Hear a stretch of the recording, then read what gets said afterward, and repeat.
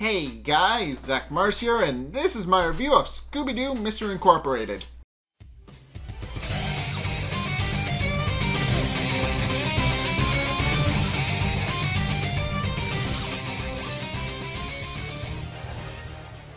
Okay, so this episode is interesting in that we kind of find a little bit more about Brad and Judy's interests in why they came back to Coastal Cove, and it's implied that they're not exactly thinking of Fred. It's implied but not outright stated, but it's implied that they aren't really thinking about their son when they came back. And also, this episode is interesting in that the villain is kind of interesting in how it works. But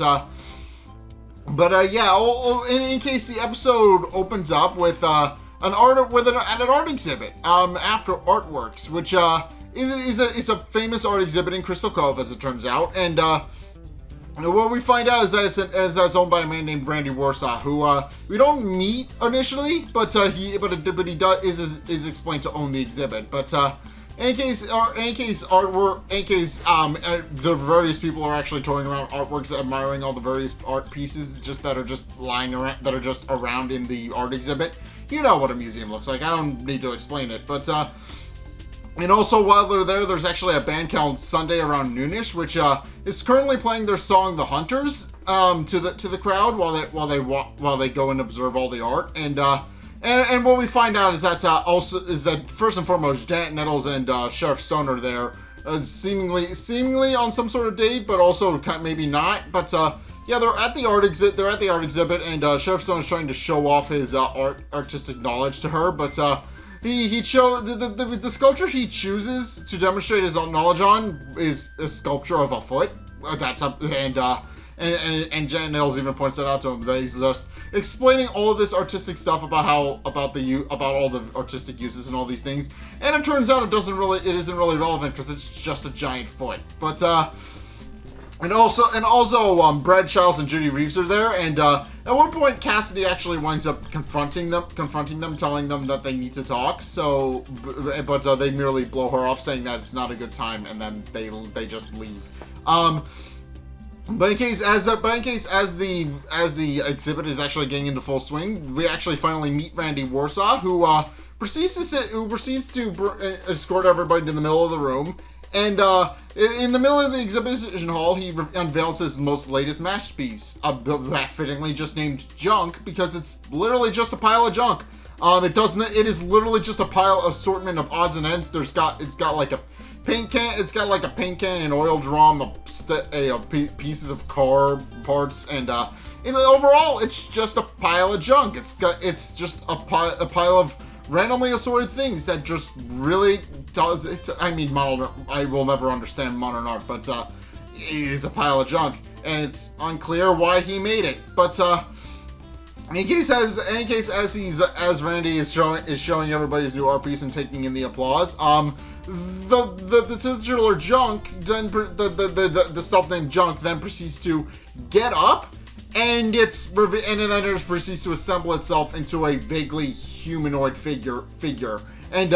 And Randy quickly points out that it's not supposed to do that, but it's at this point where the junk sculpture then proceeds to start terrorizing the people that are there, destroying art exhibits, and eventually it winds up grabbing the lead singer of Sunday Around Noonish, Eco, who then proceeds to pull toward it and put it inside its belly before falling apart. And in its place, Eco winds up being turned into a gold statue, which causes everybody to panic. Meanwhile, the next day, we then see Mystery Incorporated in their new office, and they're currently looking for new leads on new cases. And at one point, Fred remarks that Daphne is looking hot, and when she gives him a look, he merely explains that it's hot in the room, and proceeds to ask her if she wants him to turn on the air conditioner, which she says no to. And it's implied that's not actually what he was saying. She just kind of glares at him. He remarks it and then realizes that it came out wrong and just corrects himself. But it's implied that he's specifically talking about Daphne. But in any case, as that's happening, Velma eventually pulls up something on the computer, and and she finds out that, and she does find out about the incident that happened at Artworks, about how the lead singer of Sunday Around Noonish, Iko, was actually attacked by a giant junk monster and before she could finish, Janet Nettles actually winds up wheeling the frozen statue of Iko into the office, and Shaggy just gives an apt description of what he's currently seeing, and when Velma just kind of turns around and asks him how he knew all that, he merely points behind them, and sure enough, just points out to the fact that that Mayor Nettles just wheeled the statue into their office. And we do find out more or less why she did that. First and foremost, she admits that she wants them to investigate, because, as she explains, Randy Warsaw is actually obviously a very famous artist in Crystal Cove, but she explains how because of him, and specifically his artistic pieces, and also the various graffiti art that he's made of the various monsters that they've had to catch and fight, he just made the various graffitis of all the various monsters that they've caught over the course of the series, and points out that obviously a combination of that and his art museum have actually created a cultural thing within Crystal Cove, and that if he's under attack, that it could very well be dangerous for both him, mainly for both him and also the tourist attraction-y history of Crystal Cove, and of course, the gang members each perk up individually about all the different things they're about to do. Obviously, Daphne is very happy about being able to solve a mystery. Velma's interested in looking for clues. Fred is interested in trapping it in some sort of trap. And Shaggy and Scooby, of course, are interested in eating all the free food they could possibly want. And of course, Mayor Nels merely points out, for better or for worse, that is indeed exactly what she's asking him to do. But also, then proceeds to point out that the reason she's storing the golden statues in their office is because it used to be their storage room, and obviously they don't have a storage room anymore, so they kind of have to share space with that. But and of course, with that, Mystery Incorporated then proceed to leave and go to the museum to investigate. And of course, Velma immediately suggests that they blend in and try to blend in with the other, as they put it, hipsters, and try to blend in and not stand out. And they walk in, and Randy Warsaw sees them and winds up hitting it off with most of them, because he sees some sort of hidden artistic genius behind them that only he can see. And I very much mean that. He looks at Velma. She points out that she is very pretty and attractive, and specifically points out the fact that she wears a sweater and a couple of other things that he finds interesting, and also she lets out a jinkies when he points that out, and it's at this point where he takes off her glasses and winds up smashing them. So for most of the episode, she doesn't have a pair of glasses, unfortunately, but he does suggest that she looks pretty without them, and points out that she will be his new muse, and he will start calling her Jinkies. And of course she's very interested in the idea of being an artistic muse, and of course it's at this point where, of course, when he sees Fred, he immediately notes that Fred's everything. He immediately notes that Fred is a well built, and immediately calls him Beef, and proceeds to actually take off his shirt and give him a cowboy hat, and when he hears, and of course Scooby then proceeds to interrupt, pointing out that they have a mystery to solve, but and asks if they can ask a couple questions, but of course, it's at this point where Randy immediately sees Scooby, hears his voice, and points out that it's very unmusical and uninteresting and untalented and a whole bunch of other things, and points out that it makes him perfect for actually being being the next lead singer of Sunday Around Noonish, and proceeds to give him a wig, and finally he comes to Shaggy and notices how unphysically fit he is, and decides to make him a worker in his exhibit. And of course, it's at this point where Daphne then asks what's special about her, and he merely points out that he can't find a single thing about her, and then proceeds to walk off and finds her because he finds her boring. Which of course she immediately takes offense to, and Fred tries to intervene on her behalf, pointing out that obviously there has to be something that he likes about her, and specifically mentions her hair. But of course, Randy merely points out that he would like the hair on a dog, and then proceeds to just kind of leave. And of course, Daphne is obviously horribly insulted by him, and then proceeds to point out that she can understand somebody wanting to threaten his life. And then points out that they'll obviously need to actually start looking for clues and start figuring out what exactly is going on. But what we quickly find out is that the rest of Mystery Incorporated is now completely and utterly distracted by the fact that they are now they are now characters in the museum. Essentially, even Velma is very much distracted, pointing out that she's just admiring herself in the mirror, and what we do find out is that she actually has green eyes. It's not something that comes up often. In fact, there was a previous episode where she took her glasses off, but it wasn't made obvious there. But she's shown having green eyes in this one, and she also points out that she take off her glasses more often because in her own words, she looks hot blurry. And of course, Fred is in a similar boat, and obviously admiring himself as well. And Scooby is just admiring his new wig that he has. And of course, Shaggy has already walked off to go eat, so he's no help either. But and of course, Daphne quickly realizes that she's going to have to do it by herself, and immediately starts going off to go look for clues. And of course, it's at this point where we actually do meet one of our early suspects. As I said, Shaggy went off to go eat something, but what we find out is that he's actually eating a large cheese sculpture with a rat on it, and of course, Shaggy then immediately starts striking up a conversation with the other guy that works there, who really responds that his name is just Worker Number 1, and of course, Shaggy wonders what exactly it is he does. And what we find out is that Worker Number 1 responds that he works hard on all the exhibits while Randy Warsaw gets all the credit, and points out for that reason he doesn't like Randy Warsaw very much, and also points out that obviously he feels like that for now that's going to be a thing, but it eventually will change hopefully for the better, which Shaggy points out is a little bit weird, and proceeds to just go back to what he was doing.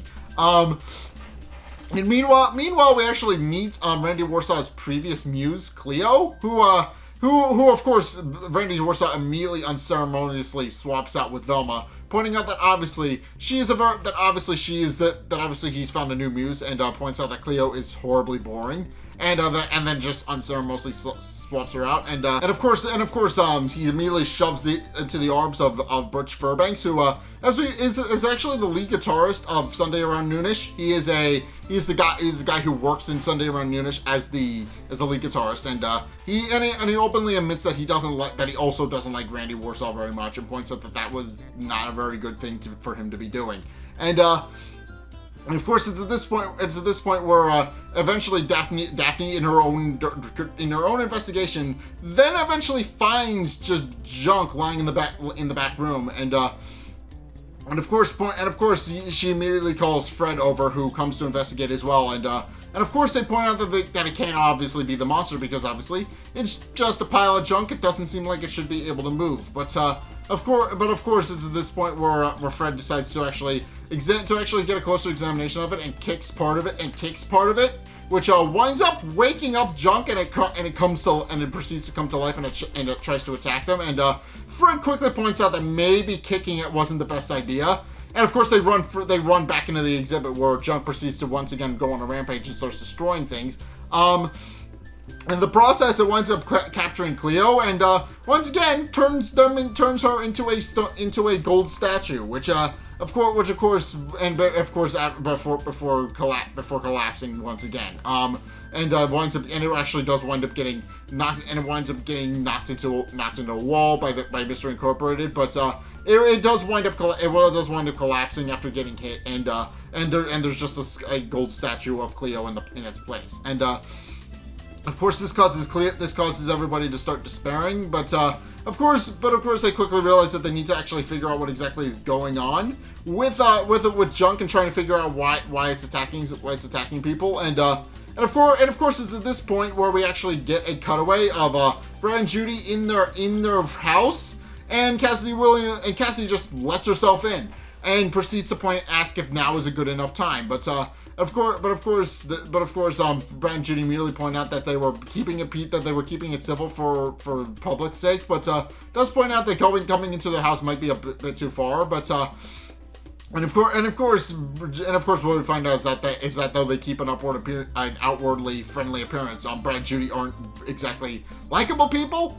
As we find out, and as Cassie explains, they don't always put other people first, and she then proceeds to point out that they should try and make a change for that with Fred, pointing out that obviously he's their son, they should be putting him first, and also points out that they should probably be abandoning the treasure as well, pointing out that obviously the treasure has caused a lot of ruin for them in the past.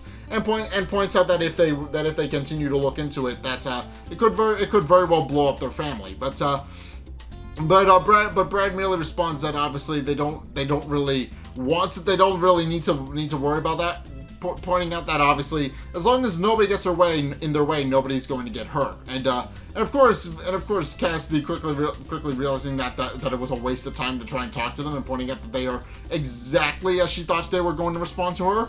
She merely points out that she'll let herself out and tells them that to make themselves comfortable. But yeah, the scene implies that Brad and Judy don't necessarily have the best interests of the people around them at heart. They are just obsessed with treasure and hunting and a whole bunch of other things. And it's kind of implied that they aren't exactly the nicest people. But in case after they let themselves out back at the exhibit, Daphne is once again trying to get the attention of her fellow Mystery Incorporated members, but obviously they aren't really paying attention to her because they're too busy being involved in various aspects of Randy Warsaw's exhibit. Obviously Randy Warsaw is just kind of photographing them, eyeing them, and just constantly telling them that that they will make beautiful art pieces. And eventually, Daphne quickly realizes that she may be on her own, and eventually walks off to go and look for things, to go look into the various pieces of the mystery to see if she can solve it herself.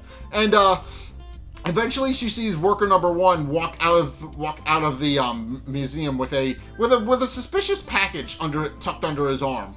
And she immediately notes that something is very strange about him and decides to tail him. And sure enough, what we find out is that he actually goes to stick something in a mailbox before wandering off deeper into Crystal Cove. And she immediately calls up Fred to try and let him know what she's found out. But obviously, Fred's busy with a photo shoot. Currently, Randy Warsaw's big vision for Fred is that he's sitting on top of a cow, and as he puts it, beef on top of beef, which of course he points out is genius. And of course, it's the obviously Daphne quickly realizes that it went to voicemail, and immediately it just tells Fred that what she's doing, about how she's telling worker number one, she's investigating what he's doing and why he's doing it, and tells him to call her back at his earliest convenience. And quickly realizing that she is in fact on her own, she then proceeds to continue to tail worker number one through Crystal Cove, and eventually he does wind up finding out she's tailing him, and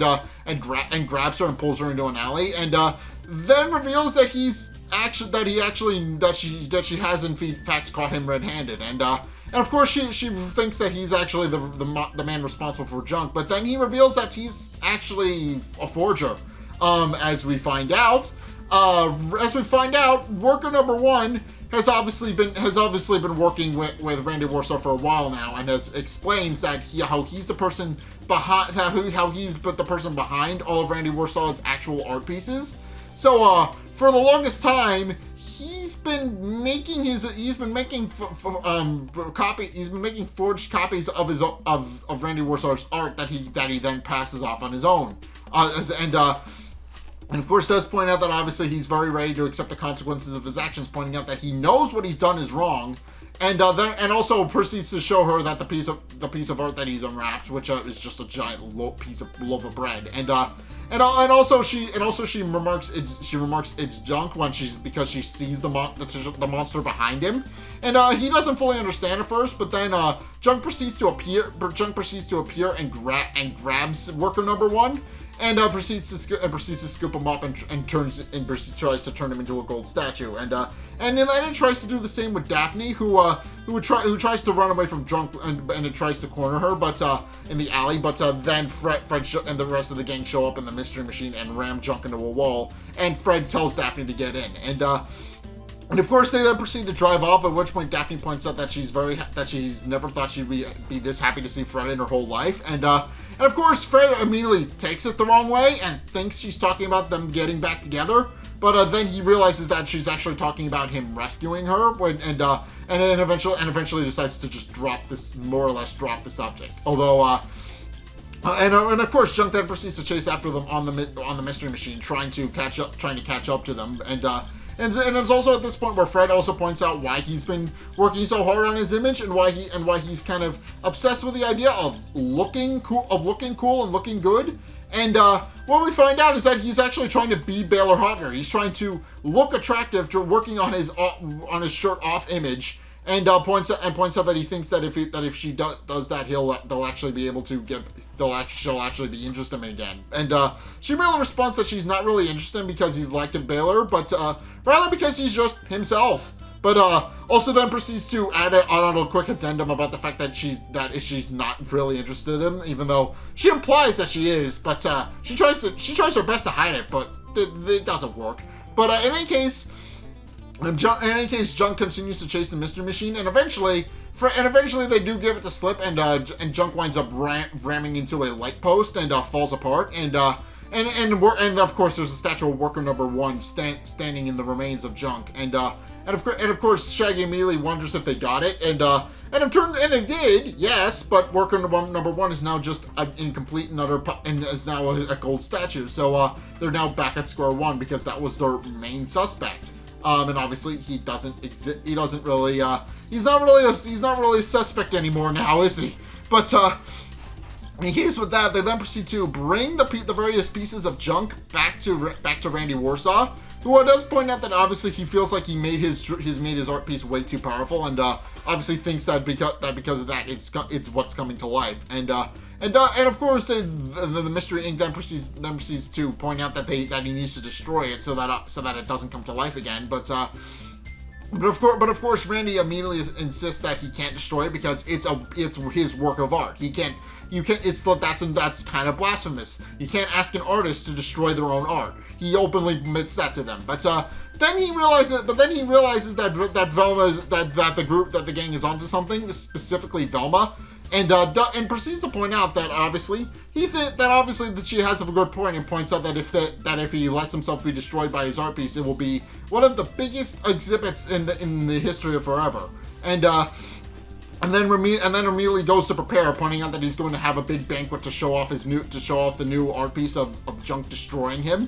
And then proceeds to run off. And of course, Daphne immediately shows Velma a look, who admits that she can't actually help the fact that she's inspirational. And with that, they then proceed to go back to the main office in Mystery Incorporated, where once again they wheel all the statues into the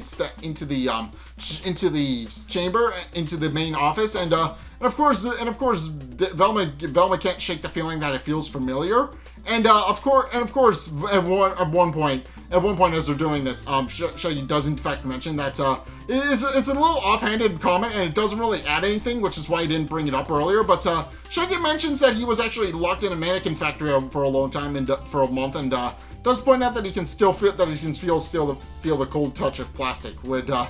Yeah, it's a funny but dark little joke, and it just implies that there was something off screen that happened with Shaggy that isn't really a thing. And of course it's at this point where Sheriff Stone walks in wearing a beret, and of course he's holding a portrait magazine, and Shaggy ultimately asks him why he's wearing it, and he points out that it's an artistic cap, and it helps him, and explains that not only is it just a good piece of a good hat that helps him, that shows off his artistic side, but also points out that it keeps his brain warm and helps it think better.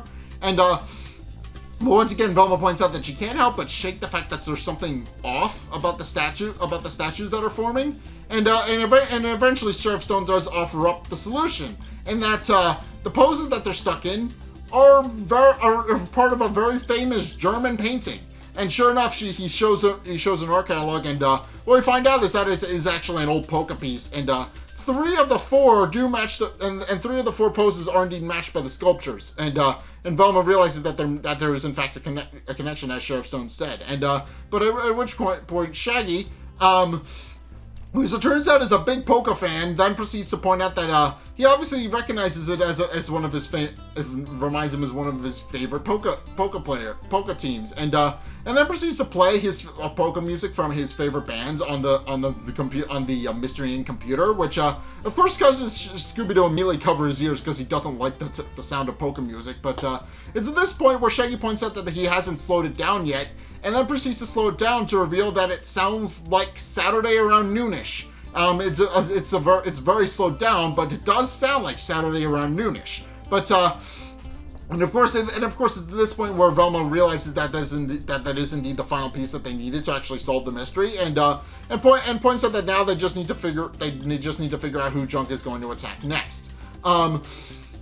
And of course, the next day, obviously, he does invite, Randy Warsaw does invite everybody to his art exhibit, and he puts Scooby, he finally puts Scooby in the limelight by actually finally making him the lead singer of Sunday Around Noonish, and and of course, it does wind up being an art piece of sorts. It winds up being this big art piece where where Scooby performs the Hunters.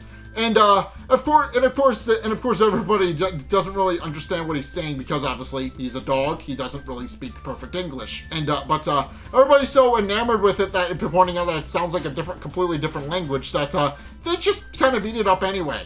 And of course, it's at this point where we actually find out that Velma has in fact have created her own art piece, but of course, what we find out is that because she made it with her glasses off, it wound up being a triangle, and of course, it's at this point where Velma finally puts on her spare glasses and quickly realizes that they're right. She did wind up making a triangle, but in case, it's at this point where everybody starts gathering around, and it's at this point where of course Randy winds up pointing out that he's very eager to show off his next piece, and sure enough, on cue, it's at this point where Junk winds up reforming and tries to attack Randy, and Randy very openly tries to let it turn him into a gold statue. But and of course, it's at this point where obviously Fred immediately goes into a trapping phase where they immediately try to trap Junk, and the phases involve Scooby throwing his eco wig at the beast to actually trip up its feet,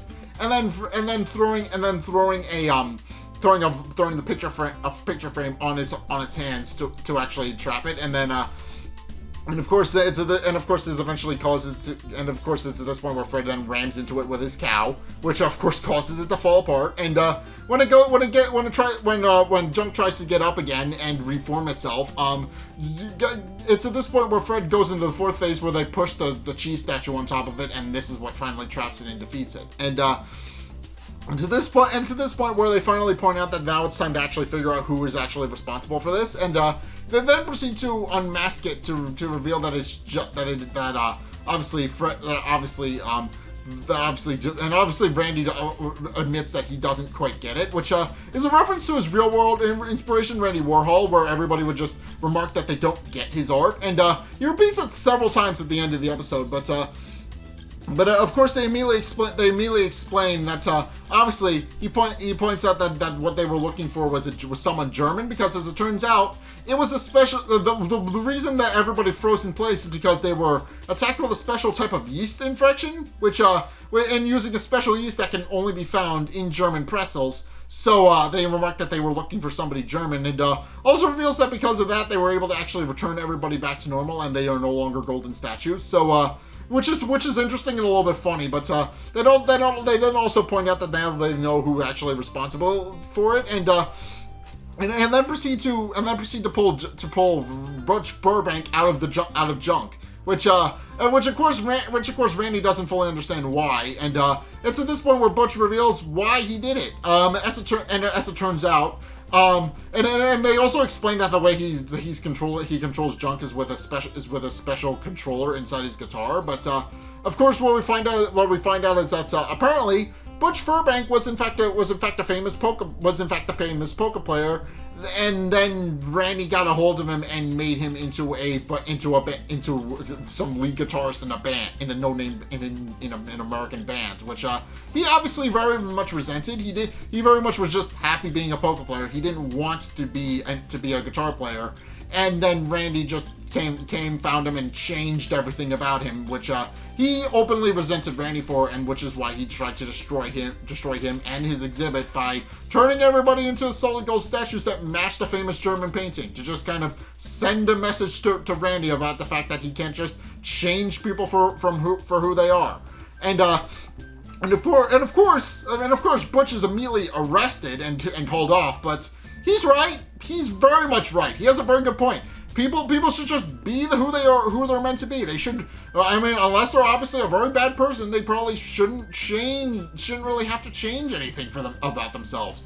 Obviously, they should be perfectly happy to just be who they are. It doesn't really matter. But of course, Butch is obviously arrested, but he does bring up a very interesting point about how people shouldn't have to change to conform to other people's ideas. And of course, that's why he attacked people. He just was not happy with being something he wasn't. So, yeah, of course he's arrested, but he is in fact right. He is in fact very right. But in any case, after this, Randy then points out that obviously he's very happy with Mystery Incorporated. He's very happy with Mystery Incorporated for finally catching Butch. But Butch in the process also points out that calls them a bunch of polka haters, which doesn't really imply, considering Shaggy was the one who figured it out and he is a polka fan. But he also insults Scooby-Doo's singing, pointing out that obviously nobody could understand him. And Scooby just takes great offense to that. But in case, Randy does indeed thank them for finally saving his art exhibit, but then also proceeds to call them dull and boring and kicks them all out anyway. So yeah, that didn't really work out in any sort of capacity for anybody involved. So yeah, the villain wound up being right, and Randy Warsaw is just an asshole who thinks he's right all the time when he's not. But yeah, in case everybody piles into the Mystery Machine, and of course everybody's downtrodden, and Fred points out that obviously they're just underappreciated in their art, which in this case is solving mysteries.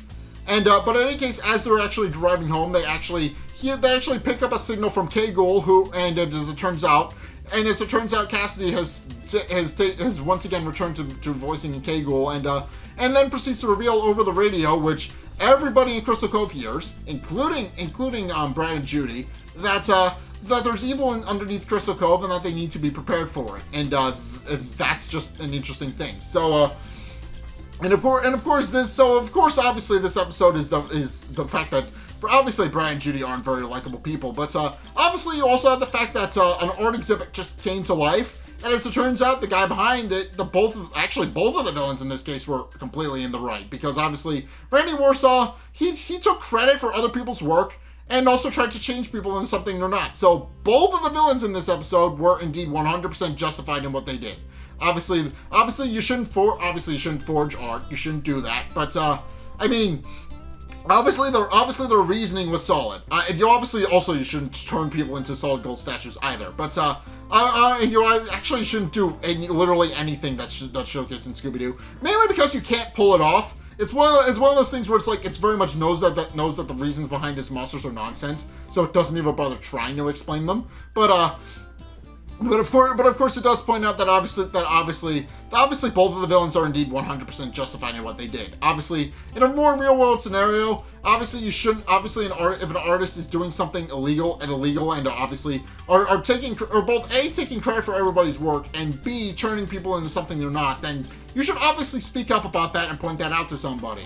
Obviously, that is a very big thing that you should point out. But of course, the episode, it's a Scooby-Doo episode, so it doesn't go that deep. But it does bring up an interesting thing about how the villains are just kind of both right in the scenario. They were absolutely justified in what they did, even if their ends didn't really justify their means didn't really justify their ends. They did try to discredit Randy Warsaw, and they tried to do it in very illegal ways, but their point still stands. You shouldn't take credit for somebody else's work. You shouldn't try to make somebody something that they're not.